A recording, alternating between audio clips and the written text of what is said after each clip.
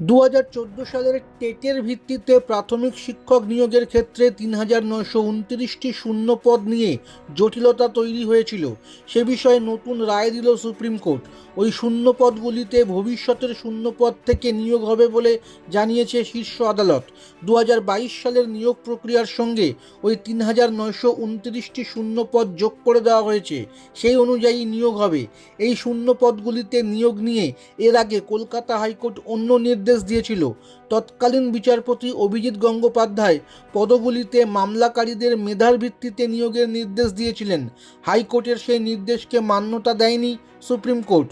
2014 সালের টেটের ভিত্তিতে 2016 এবং 2020 সালে দুটি নিয়োগ প্রক্রিয়া সম্পন্ন হয়েছিল।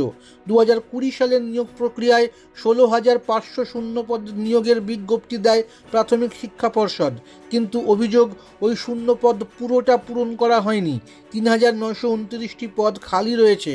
এই মামলায় হাইকোর্টের তৎকালীন বিচারপতি অভিজিৎ নির্দেশ দিয়েছিলেন মামলাকারীদের মেধার ভিত্তিতে ওই পদে নিয়োগ করা হবে, কিন্তু ওই নির্দেশকে চ্যালেঞ্জ করে হাইকোর্টের ডিভিশন বেঞ্চে যান 2017 সালের টেট উত্তীর্ণরা।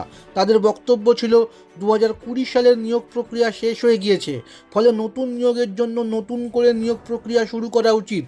সেখানে শুধু 2014 সাল নয়, 2017 সালের টেট উত্তীর্ণদেরও সুযোগ দেওয়া উচিত। এই মামলায় হাইকোর্টের তৎকালীন ডিভিশন বেঞ্চ জানায় ওই শূন্য পদগুলির দাবিদার 2014 সালের টেট উত্তীর্ণরাই, তাই 2017 সালের টেট উত্তীর্ণরা সুযোগ পাবে না।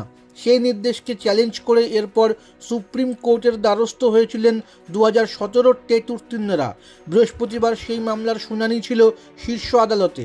আদালত জানিয়েছে ভবিষ্যতের শূন্য পদের সঙ্গে ওই ৩,৯২৯টি পদ যুক্ত করে দেওয়া হবে। সেখানে আবেদন করতে পারবেন টেট উত্তীর্ণরা।